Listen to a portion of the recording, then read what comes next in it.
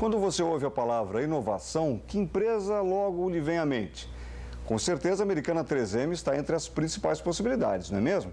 A empresa que inventou o Durex, a fita crepe, o Post-it, entre outras coisas que estão hoje no nosso dia a dia e às vezes a gente nem percebe, desenvolve mais de 55 mil produtos e atua em 60 países. A 3M investe pesado em criar não só novos produtos, mas também novos processos de trabalho.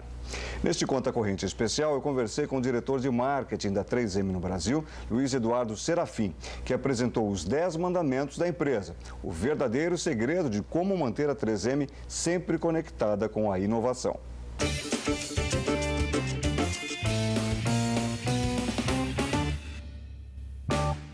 Prazer receber o senhor aqui no Conta Corrente especial. Queria começar lhe perguntando sobre a inovação, mas do ponto de vista das empresas se dando conta dessa necessidade de inovar. É um processo que vem acontecendo devido a quê, na sua opinião? Uma coisa muito interessante, porque inovação é um dos assuntos mais discutidos hoje. A quantidade de palestrantes, gurus, livros, workshops de inovação é abundante. E se tem oferta, porque existe uma grande demanda. Os executivos, as organizações, elas entraram num consenso de que inovação é uma poderosa, não é a única, mas é uma poderosa estratégia de competição. E tem um monte de benefícios por que inovar, né? Primeiro, você inaugura algumas categorias de produtos, você entra em novos segmentos, a chance de quando você inaugura e ser o líder por algum tempo é muito legal. Você sempre envolve cliente num processo de inovação, é uma rota segura para satisfazer teu cliente. E para funcionários da 3M, do Google, da IBM, assim por diante, é uma fonte de motivação, de paixão, de orgulho. Todo mundo, não é só o cientista, todo mundo que trabalha numa máquina de inovação é muito bacana. E uma máquina de inovação vem a ser o quê? A gente comenta que é uma organização que adotou a estratégia de inovação como sua estratégia competitiva, não só retórica, que é uma onda de inovação pontual, mas que garante, através de uma série de fatores que ela precisa contemplar e administrar, para que ela, ano após ano, de forma sustentável, venha gerando produtos e serviços para o crescimento orgânico, que a gente fala muito nas organizações, né? O crescimento orgânico não através de aquisições, mas através desse processo de inovação sistemático. O senhor falou que as empresas que adotam a estratégia de inovação, tem aquelas que passam simplesmente batido, que acham que não é com elas o assunto? Não exatamente, é que a gente fala todo mundo tem que seguir uma orientação de inovação. Tem outras estratégias, né? Quando a intenção estratégica de ter uma excelência operacional muito forte, né? De redução de custos, melhores processos, né? Ou que a gente fala de intimidade com o cliente, de conhecer muito bem o cliente, fazer um relacionamento com ele. Não significa que elas negligenciam totalmente o processo de inovação, né? Mas existem outras estratégias. Para inovação, a gente defende na 3M e várias outras empresas com essa cultura, que é uma fonte poderosa lá de crescimento e de competitividade. E como é que isso se dá dentro da companhia? Por exemplo, a empresa optou por ser uma empresa inovadora. Imaginei que seja um processo constante. Como é que isso se dá? Tem um primeiro momento em que um dos funcionários tem uma ideia brilhante e começa a multiplicar aquelas ideias entre os seus colegas. Como é que funciona esse processo? Como é que a empresa se torna inovadora?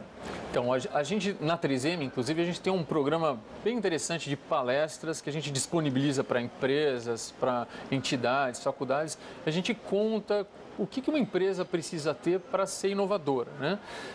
Eu faço lá um curso na Business School falando sobre gestão de inovação, a gente fala sobre isso. Então, algumas empresas, a Philips, a 3M, a DuPont, a BASF, em geral, elas têm uma história que lá do começo, os primeiros líderes foram montando a empresa e ela foi criando a sua cultura organizacional, que a gente chama personalidade da empresa, muito favorável para a inovação, muito favorável para novas ideias serem dadas, investida, com paciência, aquilo vira um novo negócio, uma nova divisão. Pega o exemplo da 3M. A 3M começou fabricando lixas e hoje tem, no Brasil, tem umas 36 divisões de negócio, desde resina para dentes, como controle de tráfego, saúde ocupacional, produtos médicos. Então, essa cultura que permite essa diversificação, essa abertura para novos negócios, novos produtos, serviços. Então, uma empresa Quando ela já nasceu com líderes que favorecem, isso é fácil. Mas e hoje? Se minha empresa não nasceu desse jeito, ela pode se transformar numa organização inovadora, mas tem que levar em consideração uma visão, não retórica, a inovação é bacana. Ela tem que ter uma visão muito clara e comunicada para os funcionários. Tem que ter um engajamento da diretoria, de todos os líderes, mas lá da alta diretoria precisa ter. Precisa ter métrica que puxa a inovação, precisa ter mecanismos de reconhecimento, de gestão de conhecimento. Então, são vários fatores para fazer esse bolo, muitos ingredientes, né, que a gente comenta, para realmente fazer esse sistema de inovação funcionar. Quer dizer que dá para aprender a inovar. Com certeza. É uma coisa que tem que dar um estalo em alguém.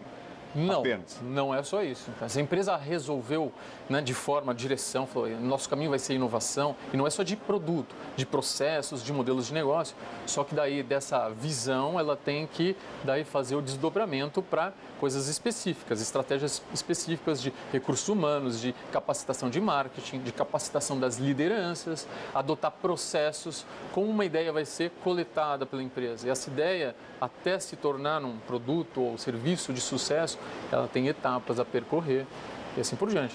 Então é simples, não pode ser, vamos colocar lá uma caixa de sugestões e premiar uma boa ideia e vamos chamar o Serafim para dar uma palestra aqui. Isso eventualmente pode ter efeitos pontuais, mas não daquele jeito que a gente falou de ser uma máquina, né, sistemática de inovação. Não passa a fazer parte da cultura da empresa. Exatamente. Né? Agora, qual é o papel, o senhor mencionou o líder, a importância da liderança. Qual é o papel, por exemplo, desse líder no processo de escolha de seus funcionários e, sobretudo, de permiti-los trabalhar em paz, digamos assim?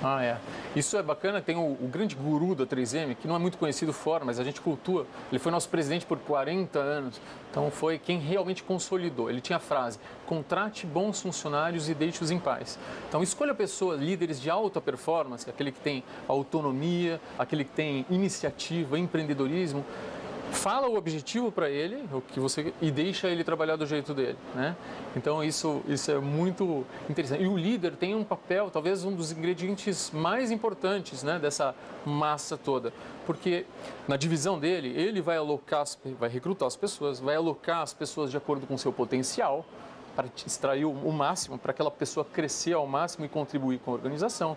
Ele que vai receber uma boa ideia e aí apoiar, investir, alocar recurso, porque sempre a gente está falando em priorizações numa empresa, né? A gente tem histórias interessantes. As pessoas falam lá, o Scotgard, por exemplo, é um produto que as pessoas conhecem como protetor de tecidos, né, que a 3M desenvolveu. Como é que foi? Uma pessoa, um assistente de laboratório, manipulando lá um produto químico que tinha determinado objetivo, derrubou no sapato. Derrubou no sapato e aí foi tentar limpar e percebeu uma propriedade de repelir água naquele produto que caiu no sapato. Então, aí voltou, falou para o chefe, a ação da gestão, do líder. Pô, interessante, vamos estudar a propriedade, quem sabe não tem uma oportunidade. Então, dedica um pouco do seu tempo nesse projeto paralelo, nasceu agora. Usa um pouco do recurso do laboratório, matéria.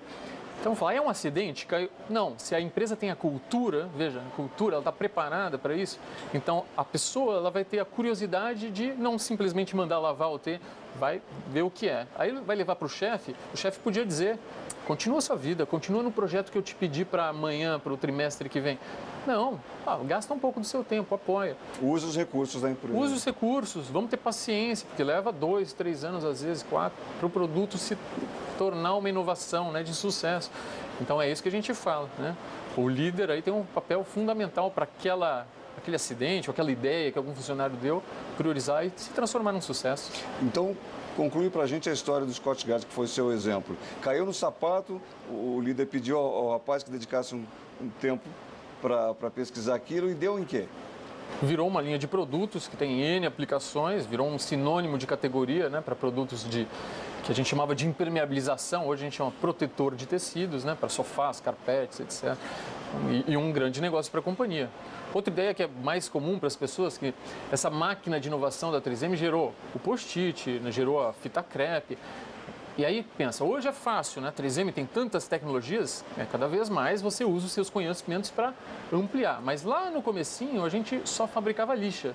Então a primeira diversificação da 3M foi em 23 1923, um cientista ia lá no usuário final, viu uma oportunidade de fazer a fita crepe, aí voltou, que ele podia escutar da direção dos líderes. Empresa pequena na época, né?